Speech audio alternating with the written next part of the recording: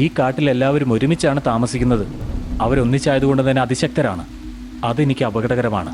ഞാൻ ഈ പരുന്തിന്റെ രൂപത്തിലല്ലായിരുന്നെങ്കിൽ ഈ സമയം കൊണ്ട് ആ പക്ഷിറാണിയെ രുചിച്ചു നോക്കുമായിരുന്നു. കാട്ടിൽ നല്ല ശക്തമായ മഴ പെയ്യുകയായിരുന്നു.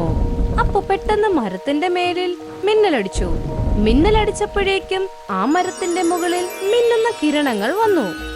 മിന്നിത്തിളങ്ങുന്ന കിരണങ്ങളിൽ നിന്നും ഒരു കഴുകൻ പുറത്തു വന്നു പറഞ്ഞു, അയ്യോ, ഞാനൊരു പക്ഷിയായി രൂപാന്തരപ്പെട്ടല്ലോ. അല്ല, ഇത് ഏത് വനമാണ്? എന്തായാലും തൽക്കാലം ഈ മഴയിൽ നിന്നും ഒളിക്കാൻ ഒരിടം കണ്ടെത്തണം. കഴുകൻ പറന്ന് പറന്ന് ഒരു സ്ഥലത്തെത്തി. അവിടെ സുന്ദരമായ കിളികളുടെ കൂടുണ്ടായിരുന്നു. അപ്പോഴേക്കും കഴുകൻ ഒരു സുന്ദരിയായ കിളീനെ കണ്ടു. കഴുകൻ ഓടിപ്പോയി ആ സുന്ദരിയായ കിളിയുടെ അടുത്ത് ചെന്ന് പറഞ്ഞു, നല്ല മഴയാണ് പെയ്യുന്നത്. എനിക്ക് മഴയിൽ നിന്ന് രക്ഷപ്പെടാൻ ഒരു സ്ഥലം കണ്ടെത്തി തരുമോ? എന്റെ പേര് മീനൊന്നാ. ഞാൻ കിളികളുടെ റാണിയാ. നീ ആരാ? ഇതിനു മുമ്പ് ഈ കാട്ടിൽ ഞാൻ നിന്നെ കണ്ടിട്ടില്ലല്ലോ. എന്റെ പേര് കപാല എന്നാണ്. ഞാൻ മറ്റൊരു വനത്തിലാണ് താമസിക്കുന്നത്. ക്ഷമിക്കണം കപാല, തൽക്കാലം ഇവിടെ കാലിയായ കൂടൊന്നുമില്ല. നിങ്ങൾക്കെന്നെ അറിയില്ലായിരിക്കും പക്ഷികളുടെ റാണി. എനിക്ക് വേണമെങ്കിൽ ഇപ്പോൾ തന്നെ നിങ്ങളെ കൊല്ലാം. അങ്ങനെ ചെയ്യാമെന്ന് നീ കരുതണ്ട. ചെയ്താൽ തന്നെ രക്ഷപ്പെടുമെന്നും കരുതണ്ട. എല്ലാ കിളികളെ വീട്ടിൽ നിന്നും പുറത്തേക്ക് വരൂ. മീനുക്കിളി ഇത് പറഞ്ഞതേ ഉള്ളായിരുന്നു. എല്ലാവരുടെ കൂട്ടിൽ നിന്നും ഒരുപാട് കിളികൾ പുറത്തേക്ക് വന്നു. കപാല കഴുക, ഞങ്ങൾ ഇവിടെ എല്ലാ പക്ഷികളും ഒരുമിച്ച് സന്തോഷത്തോടെ ജീവിക്കുന്നു. അതുകൊണ്ട് ഇവിടെ റൗഡിസം കാണിച്ച് ജയിക്കാമെന്ന് ഒട്ടും കരുതണ്ട. മര്യാദക്ക് ഇവിടെ നിന്ന് ഇറങ്ങിപ്പോക്കോ, ഇല്ലെങ്കിൽ ജീവനോടെ തിരിച്ചു പോവില്ല. ഇത്രയും പറഞ്ഞു കഴിഞ്ഞപ്പോ കപാല കഴുകൻ അവിടുന്ന് പറന്നു ഓടിപ്പോയി. എന്നിട്ട് പറന്നു വന്നൊരു ചില്ലയിലിരുന്ന് സ്വന്തമായി പറഞ്ഞു, ഈ കാട്ടിൽ എല്ലാവരും ഒരുമിച്ചാണ് താമസിക്കുന്നത്. അവരൊന്നിച്ചായതുകൊണ്ട് തന്നെ അതിശക്തരാണ്. അതെനിക്ക് അപകടകരമാണ്. ഞാൻ ഈ പരുന്തിന്റെ രൂപത്തിലല്ലായിരുന്നെങ്കിൽ ഈ സമയം കൊണ്ട് ആ പക്ഷിറാണിയെ രുചിച്ചു നോക്കുമായിരുന്നു. അടുത്ത ദിവസം മഴയൊക്കെ നിന്നപ്പോ കപാല കഴുകൻ കാട്ടിലൂടെ പറന്ന് നടക്കുകയായിരുന്നു. അപ്പോഴവൻ ചെന്നെത്തിയത് കഴുകന്റെ ഒരു കൂട്ടത്തിലാണ്. കപാല കഴുകൻ ആ കൂട്ടത്തിന്റെ അടുത്ത് വന്നു നിന്നു. നീ ആരാ? ഈ കാട്ടിലുള്ളതല്ലല്ലോ. എന്റെ പേര് കപാല എന്നാണ്. എന്റെ പേര് ഹെൻറി എന്നാണ്. 2 ദിവസമായിട്ട് തുടർച്ചയായിട്ട് മഴ പെയ്യ. ഇവർക്ക് വീടില്ലായിരുന്നു. അതുകൊണ്ട് മഴ നനഞ്ഞതിനാൽ രോഗബാധിതരായി. ഇതെന്തൊരു വിഷമമുള്ള കാര്യമാണ് ഹെൻറി. ഇത്ര വലിയൊരു പ്രശ്നമുണ്ടായിട്ടും നിങ്ങൾക്കിതിലൊന്നും ചെയ്യാൻ കഴിഞ്ഞില്ലേ? എനിക്കൊന്നും മനസ്സിലാവുന്നില്ല. നിങ്ങളൊരു പരുന്താണ്. പക്ഷികളിൽ ഏറ്റവും വേഗതയേറിയതും പരുന്താണ്. നിങ്ങൾ പക്ഷികളുടെ രാജാവാണ്. എന്നാൽ ഈ കാട്ടിലെ സാധാരണ പക്ഷികൾക്ക് മനോഹരമായ വീടുകളുണ്ട്. എന്നാൽ ഏറ്റവും ശക്തരായ പക്ഷികളായ പരുന്തുകൾക്ക് വീടില്ലാതെ മഴ നനഞ്ഞ് അസുഖം വന്നുകൊണ്ടിരിക്കുക. ചിലപ്പോൾ നിങ്ങൾക്ക് അറിയില്ലായിരിക്കും കപാല, കാട്ടിലെ രാജാവ് സിംഹമാണ്. ഈ വിഡ്ഢി സിംഹരാജാവിനോട് സഹായം അഭ്യർത്ഥിക്കുവാൻ പോയിരുന്നുവെങ്കിൽ ഇവൻ അസുഖം വരില്ലായിരുന്നു. നീ എന്ത് വിചാരിച്ചു? കാട്ടിലെ രാജാവ് സഹായിക്കുമെന്നോ? ആ, തീർച്ചയായും ചെയ്യും. എന്റെ കൂടെ വരൂ. ഇതിന്റെ സത്യാവസ്ഥ ഞാൻ നിങ്ങൾക്ക് കാണിച്ചു തരാം. കപാല കഴുകൻ ഹെൻറി കഴുകനെ നേരെ കാട്ടിലെ സിംഹരാജാവിന്റെ അടുത്തേക്ക് കൊണ്ടുപോയി. കാട്ടിലെ രാജാവ് ഗൗരവത്തോടെ കപാല കഴുകന്റെ അടുത്ത് ഒരു ഞെട്ടലോടെ പറഞ്ഞു, നീ ആരാ? എനിക്ക് ഈ കാട്ടിലെ എല്ലാ പക്ഷികളെയും അറിയാം. നീ ഈ കാട്ടിലുള്ളതല്ല. അങ്ങ് പറഞ്ഞത് സത്യമാണ് മഹാരാജൻ. ഞാൻ ഹെൻറി പരുന്തിന്റെ ബന്ധുവാണ്. ഞാൻ മറ്റൊരു കാട്ടിലാണ് താമസിക്കുന്നത്. നീ ഇവിടെ എങ്ങനെ വന്നു? മഹാരാജൻ, അങ്ങേക്ക് അറിയാമല്ലോ, ഇത് വർഷത്തിൽ മഴ പെയ്യുന്ന കാലമാണല്ലോ. ഞങ്ങൾ പക്ഷികളെല്ലാം മോശമായ അവസ്ഥയിലാണ്. ഞങ്ങൾക്ക് അങ്ങയുടെ ഒരു അപേക്ഷയുണ്ട്. ഈ മഴക്കാലം മാറുന്നതുവരെ ഞങ്ങൾ പരുന്തുകൾക്ക് വേണ്ടി മണ്ണിൽ വസിക്കുന്ന ജീവികളുടെ വീട്ടിൽ താമസിക്കാൻ അഭയം തരണം. നിങ്ങൾക്കെന്താ ബുദ്ധി മറഞ്ഞു പോയിരിക്കുന്നോ? മണ്ണിൽ വസിക്കുന്ന ജീവികളെല്ലാം മാംസാഹാരികളാണ്. പക്ഷികൾ അവരുടെ വീടിൽ കിടന്നുറങ്ങുമ്പോൾ പക്ഷികളെ ഭക്ഷിക്കാൻ അവയെ പ്രേരിപ്പിച്ചേക്കാം. അങ്ങനെ ഈ കാടിന്റെ സന്തുലിതാവസ്ഥ തകരും. അതുകൊണ്ട് ഞാനിതൊരിക്കലും ചെയ്യാൻ പോകുന്നില്ല. ഇനി നിങ്ങൾക്ക് ഇവിടുന്ന് പോവാം. കപാല കഴുകൻ ഹെൻറി കഴുകനെ തിരിച്ച് അവരുടെ കൂട്ടത്തിലേക്ക് കൊണ്ടുവന്നു.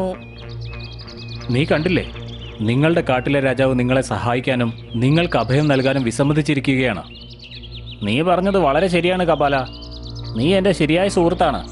അതിനർത്ഥം ഈ കാട്ടിലെ സിംഹരാജാവ് മണ്ണിൽ താമസിക്കുന്നവരുടെ മാത്രം രാജാവാണ്. ഇതുതന്നെയാണ് ഞാൻ നിന്നോട് പറയാൻ ആഗ്രഹിച്ചത് ഹെൻറി.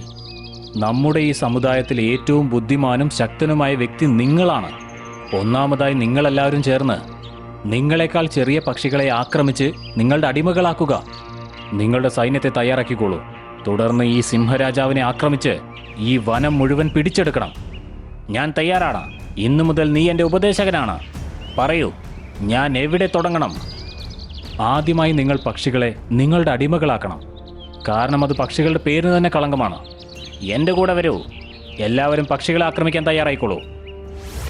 കുറച്ചു നേരം കഴിഞ്ഞ് എല്ലാ കഴുകന്മാരും കിളിയുടെ കൂടിന്റെ പുറത്ത് കറങ്ങാൻ തുടങ്ങി. ഇത് കണ്ട് കിളികളുടെ റാണിയായ മീനു, ഇതൊക്കെ എന്താ നടക്കുന്നത് ഹെൻറി? നിന്റെയൊക്കെ സ്വാതന്ത്ര്യത്തിന്റെ ദിനങ്ങൾ അവസാനിച്ചു മീനു. ഒന്നുകിൽ നിങ്ങളുടെ അടിമത്തം സന്തോഷത്തോടെ സ്വീകരിച്ച് നിങ്ങളുടെ വീടുകൾ ഞങ്ങൾക്ക് തരൂ, അല്ലെങ്കിൽ മരിക്കാനായി തയ്യാറായിക്കോളൂ. പക്ഷെ നീ എന്തിനാ ഇതൊക്കെ ചെയ്യുന്ന ഹെൻറി? ഞാൻ പക്ഷികളുടെ ഒരു സൈന്യമുണ്ടാക്കി കാട്ടിലെ രാജാവിനെ കൊല്ലാൻ പോവുകയാണ്. എന്നിട്ട് ഞാൻ സ്വയം രാജാവാകും. നീ ചെയ്യുന്നത് തെറ്റാണ് ഹെൻറി. നീ എന്താ കരുതിയത്? സിംഹരാജാവ് ജീവനോടിരിക്കുമ്പോ ഇതൊക്കെ നടക്കുമെന്ന് നിനക്ക് തോന്നുന്നുണ്ടോ? എല്ലാ പക്ഷികളും ഒരുമിച്ച് കാട്ടിലെ രാജാവായ സിംഹത്തെ ആക്രമിക്കുമ്പോൾ പിന്നെ ഞങ്ങളോട് യുദ്ധം ചെയ്യാൻ കഴിയില്ല. ഹെൻറിയുടെ സ്വപ്നം കാട്ടിലുടനീളം വ്യാപിക്കും. ഹെൻറി കാട്ടിലെ രാജാവുമായി തീരുന്നതാണ്. ഇപ്പൊ മനസ്സിലായി. ഹെൻറിനെ നീ തന്നെയാണല്ലേ വഴിതെറ്റിച്ചത്. വിഡ്ഢിത്തം പറയാതിരിക്കൂ മീനി പക്ഷി. മിണ്ടാതെ നിങ്ങളുടെ തോൽവി സ്വീകരിച്ചോളൂ. ഞങ്ങളുടെ അടിമകളായിക്കോളൂ. അവസ്ഥയൊക്കെ നോക്കിയപ്പോ തോറ്റു കൊടുക്കുന്നതാണ് നല്ലതെന്ന് തോന്നി. എല്ലാ കിളികളും അവരവരുടെ വീട് വിട്ടുകൊടുത്തു. എല്ലാ കഴുകന്മാരും കിളികളുടെ വീട് കൈയേറ്റം ചെയ്തു. ഇപ്പോൾ കൂടുതൽ പക്ഷികളെ നമ്മുടെ കൂടെ കൂട്ടേണ്ടതുണ്ട്. കുറച്ചു ദിവസം കഴിഞ്ഞ് ഹെൻറി കഴുകൻ എല്ലാ കിളികളെയും അവന്റെ കയ്യിലാക്കുകയും ചെയ്തു. എന്നെ രാജാവാക്കാൻ വേണ്ടി കാട്ടിലെ എല്ലാ പക്ഷികളും ഇപ്പോൾ തയ്യാറാണ്. ഇനി പറയൂ, നമ്മൾ സിംഹരാജാവിനെ എപ്പോൾ ആക്രമിക്കും? ഇപ്പോൾ, ഈ നിമിഷം. മീനുക്കിളി ആരും അറിയാതെ ഇതൊക്കെ കേട്ടോണ്ടിരിക്കുകയായിരുന്നു. അവളപ്പൊ തന്നെ പറന്ന് കാട്ടിലെ രാജാവായ ഷേറിന്റെ അടുത്ത് പോയി, മഹാരാജാവേ, നിങ്ങൾ രക്ഷപ്പെട്ടോളൂടുന്ന്. എല്ലാ പക്ഷികളും നിങ്ങളെ ആക്രമിക്കാൻ പോവുകയാണ്. അപ്പോഴേക്കും ഒരുപാട് പക്ഷികൾ കപാലയുടെയും ഹെൻറിയുടെയും കൂടെ വരികയും ചെയ്തു. രാജാവ് ഷേറിനെ ആക്രമിക്കാൻ പോവുകയായിരുന്നു. അപ്പോഴേക്കും അവിടെ മിന്നിത്തിളങ്ങുന്ന രീതിയിൽ ഒരു പാവപ്പെട്ട സാധു പ്രത്യക്ഷപ്പെട്ടു. ഞാൻ വിചാരിച്ചിരുന്നു കപാല രാക്ഷസ, ഒരുപക്ഷെ നിന്നെ പക്ഷിയാക്കി പരിവർത്തനം ചെയ്താൽ നിന്റെ വിവേകം തിരിച്ചു കിട്ടുമെന്ന്. എന്നാൽ നീ പക്ഷിയായതിനു ശേഷവും പക്ഷികൾക്കിടയിൽ ഭിന്നിപ്പുണ്ടാക്കാൻ തുടങ്ങിയിരിക്കുന്നു. അങ്ങ് ആരാണ് ഋഷിവര്യ? എനിക്കങ്ങ് പറയുന്നൊന്നും മനസ്സിലാവുന്നില്ല. ഈ കാണുന്ന കപാല ഒരു പരുന്തല്ല, രാക്ഷസനാണ്. ഇവൻ രാക്ഷസ ലോകത്തിൽ രാക്ഷസരെ പ്രകോപിക്കാൻ ശ്രമം നടത്തിയതാ. ആ പ്രവൃത്തിയിൽ കോപിതനായി ഞാനാണിവനെ ഒരു പരുന്താക്കി മാറ്റി ഇങ്ങോട്ടേക്ക് അയച്ചത്. ഇത്രയും പറഞ്ഞപ്പോഴേക്കും സാധുവിന്റെ കണ്ണിൽ നിന്നും തീഗോളങ്ങൾ പുറത്തേക്ക് വന്നു. അങ്ങനെ കപാല കഴുകൻ കത്തിച്ചാമ്പലായി. ഇനി നിങ്ങൾക്കെല്ലാവർക്കും പോകാം. പിന്നെ ഒരു കാര്യം, കാട്ടിലെ രാജാവ് സിംഹമാണെന്ന് ആരും മറക്കരുത്. ഇത് കാട്ടിലെ നിയമമാണെന്ന് എല്ലാവരും ഓർത്താൽ കൊള്ളാം. ഇത്രയും പറഞ്ഞുകൊണ്ട് സാധു അപ്രത്യക്ഷമായി. എന്നോട് ക്ഷമിക്കണം മീനു, ഇതെല്ലാം സംഭവിച്ചത് ഞാൻ കാരണമാ. എനിക്ക് കപാലയെ കുറിച്ച് ഒന്നും അറിയില്ലായിരുന്നു. ഹെൻറിയും കപാല കഴുകനും ബാക്കിയുള്ള കിളികളുടെ വീട് വിട്ടുകൊടുത്തു. അങ്ങനെ കാട്ടിൽ എല്ലാം നന്നായി തന്നെ പോയി. ഓ ഭഗവാനെ ബോസ്, ഇന്ന് നിന്നെ വെറുതെ വിടില്ല മീനു. നിനക്ക് അത്ര കഴിവാണെങ്കിൽ പിടിച്ചു കാണിക്ക്. ടീനുവാണോ മീനുവാണോ? യഥാർത്ഥ ടീനു ഏതാണ്? ഒരുപോലെ ഇരിക്കുന്ന രണ്ട് പക്ഷികൾ. ഇതിൽ ആരാണ് യഥാർത്ഥയാൾ, ആരാണ് കള്ളൻ? ഒരു ദിവസം ചുന്നുവും മുന്നുവും തങ്ങളുടെ കൂട്ടിൽ അമ്മയായ ടിന്നുക്കിളിയെ കാത്തിരിക്കുകയായിരുന്നു.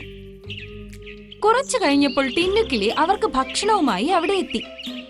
ഇതാ മക്കളെ, ഇന്ന് ഭക്ഷണം കണ്ടുപിടിക്കാൻ ഏറെ ബുദ്ധിമുട്ടേണ്ടി വന്നു. വരൂ, നമുക്ക് ഭക്ഷണം കഴിക്കാം. ഇത് പറഞ്ഞിട്ട് 3 പേരും ഭക്ഷണം കഴിക്കാൻ തുടങ്ങി. ഈ സമയത്ത് അവിടേക്ക് മൈന വന്നു. എന്റെ മോൻ പിങ്കു ഉച്ചയ്ക്ക് സുഹൃത്തുക്കളോടൊപ്പം നഗരത്തിലേക്ക് പോയതാണ്. പക്ഷേ അവരിൽ നിന്നൊക്കെ അകന്ന് അവരെ തടഞ്ഞിട്ടും വക വെക്കാതെ അന്ധകാര ഗുഹയ്ക്കകത്തേക്ക് പോയി. അയ്യോ, അതൊരു വലിയ ആപത്താണല്ലോ. അന്ധകാര ഗുഹയിൽ പകൽ സമയത്ത് പോലും ഒന്നും കാണാൻ കഴിയാത്ത ഇരുട്ടാണ്. അതാണ് ഞാൻ നിന്റെ അടുത്തേക്ക് വന്നത്. ഏത് കൂരിരുട്ടിനെയും ഭേദിക്കാനുള്ള കാഴ്ചശക്തി ഈ കാട്ടിൽ നിനക്കല്ലേ ഉള്ളൂ. നിനക്ക് മാത്രമേ പിങ്കുവിനെ തിരിച്ചു കൊണ്ടുവരാനാകൂ. ടീനു വളരെയധികം ക്ഷീണിച്ചിരുന്നുവെങ്കിലും മൈനയെ സഹായിക്കാൻ അവൾക്കൊപ്പം പോയി. ഗുഹയുടെ പുറത്ത് ധാരാളം മൃഗങ്ങൾ നിൽക്കുന്നുണ്ടായിരുന്നു. പക്ഷേ ഇരുട്ട് കാരണം അവരിൽ ആരും ഗുഹയുടെ അകത്തെ പോയില്ല. ടീനു യാതൊരു അങ്കലാപ്പുമില്ലാതെ ഗുഹയുടെ അകത്തേക്ക് പോയി.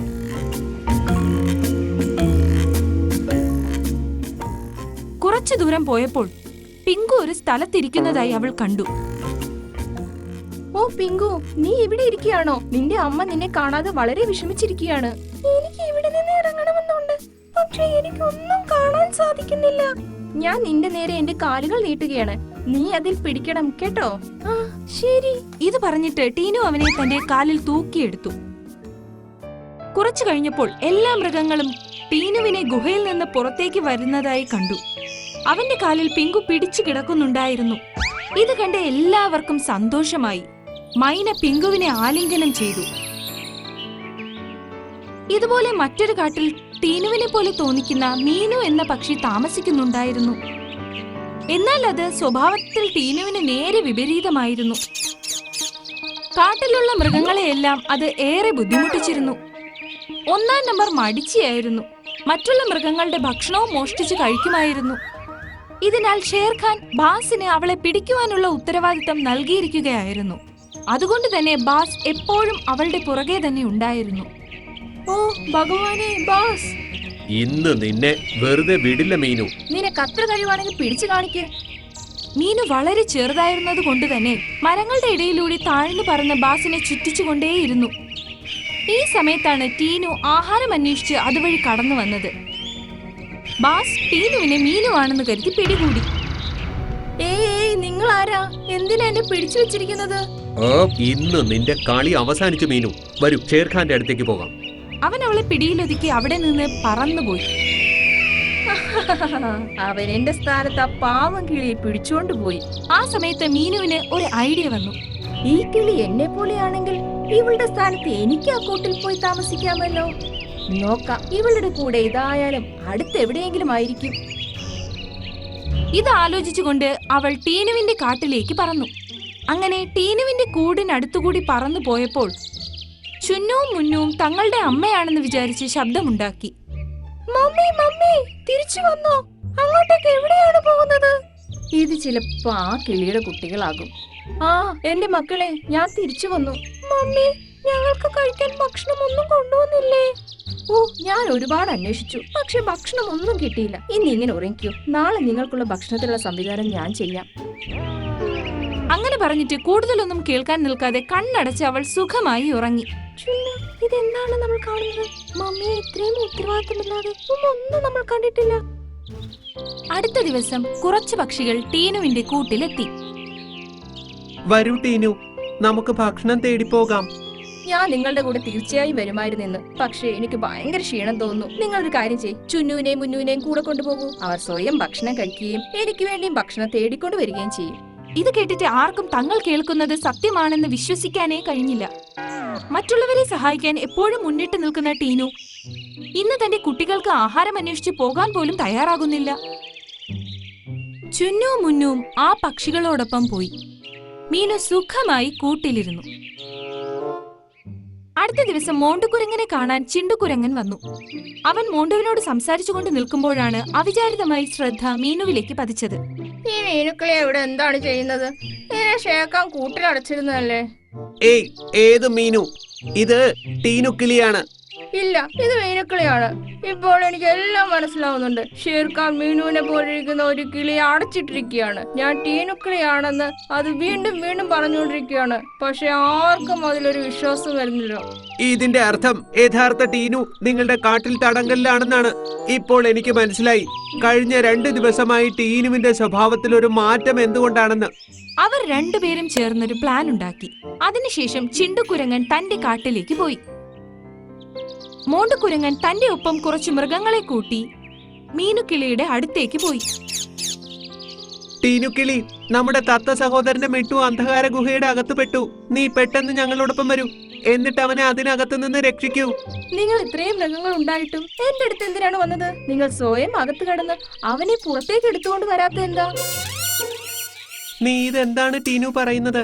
ഈ കാട്ടിൽ അന്ധകാര ഗുഹയിൽ പോലും എല്ലാം വ്യക്തമായി കാണുവാൻ കഴിയുന്ന ഒരാൾ നീ മാത്രമാണെന്ന് ഇവിടെ എല്ലാവർക്കും അറിവുള്ളതല്ലേ? നീയാണെങ്കിൽ ഇതുവരെയും ആരെയും സഹായിക്കാൻ പറഞ്ഞിട്ടുമില്ല. പിന്നെ നീ എന്തിനാണ് ഇന്നിങ്ങനെ പറയുന്നത്? ഇത് കേട്ടിട്ട് മീനു ചിന്തിച്ചു. താനിപ്പോൾ ചെയ്യില്ലെന്ന് പറഞ്ഞാൽ എല്ലാ സത്യങ്ങളും പുറത്താകും. അയ്യേ, നിങ്ങളൊക്കെ എന്തിനാണ് വെറുതെ ദേഷ്യപ്പെടുന്നത്? ശരി, ഞാൻ വരാം. എല്ലാവരും അവളെയും കൊണ്ട് അന്ധകാര ഗുഹയുടെ മുന്നിലെത്തി. ഗുഹ പുറത്തുനിന്ന് കണ്ടപ്പോഴേ മീനുവിന് പേടിയാകാൻ തുടങ്ങി. എന്താ ടീനു, നീ എന്താ അകത്തേക്ക് പോകാത്തത്? ആ ഞാനിതാ പോവുകയാണ്. മീനു അകത്തേക്ക് പോയെങ്കിലും അതിനൊന്നും കാണാൻ കഴിഞ്ഞില്ല. അത് പേടിച്ച് തിരിച്ചു പറന്നു. ഓ ഭഗവാനെ, ഇത്രയും കൂരാക്കൂരിട്ടോ. അപ്പോൾ കാലുക്കരടി അവനെ നോക്കി അലറി. നീ അകത്തേക്ക് പോകുന്നോ ഇല്ലയോ? ആ ഞാൻ പോവുകയാണ്. ഇത് പറഞ്ഞിട്ട് അവൾ പെട്ടെന്ന് അകത്തേക്ക് പോയി. വീണ്ടും പേടിച്ച് തിരിച്ചു വന്നു. എന്നാൽ കാലുക്കരടി വീണ്ടും വീണ്ടും ഒച്ചവെച്ച് അവളെ അകത്തേക്ക് തന്നെ പറഞ്ഞു വിട്ടുകൊണ്ടേയിരുന്നു. എല്ലാവർക്കും അതൊരു രസമുള്ള കളിയായി മാറി. കുറച്ചു കഴിഞ്ഞപ്പോൾ ചിണ്ടുകുരങ്ങ് യഥാർത്ഥ ടീനുവുമായി അവിടേക്ക് വന്നു. മീനു, മതി മതി, ഇപ്പോൾ നിന്നെ കുറിച്ചുള്ള സത്യം എല്ലാവർക്കും മനസ്സിലായിട്ടുണ്ട്. മീനു അവിടെ നിന്ന് രക്ഷപ്പെടാൻ ശ്രമിക്കുന്നതിന് മുൻപ് ബാസ് വന്ന് അവളെ തന്റെ പിടിയിലൊതുക്കി. ഇനി ഞാൻ ഇവളെ യഥാർത്ഥ സ്ഥലത്തേക്ക് കൊണ്ടുപോവുകയാണ്. ടീനു, നീ ക്ഷമിക്കണം. മീനു എന്ന് വിചാരിച്ചാ ഞങ്ങൾ ഇത്രയും ദിവസം നിന്നെ തടങ്കലിൽ വെച്ചത്. ഇത് പറഞ്ഞിട്ട് അവൻ അവിടെ നിന്നും പോയി. ചുന്നും മുന്നും അമ്മയെ കണ്ടപ്പോഴേ വന്ന് കെട്ടിപ്പിടിച്ചു. ബാക്കി മൃഗങ്ങൾക്കും ടീനുവിന്റെ തിരിച്ചുവരവിൽ ഏറെ സന്തോഷമുണ്ടായി.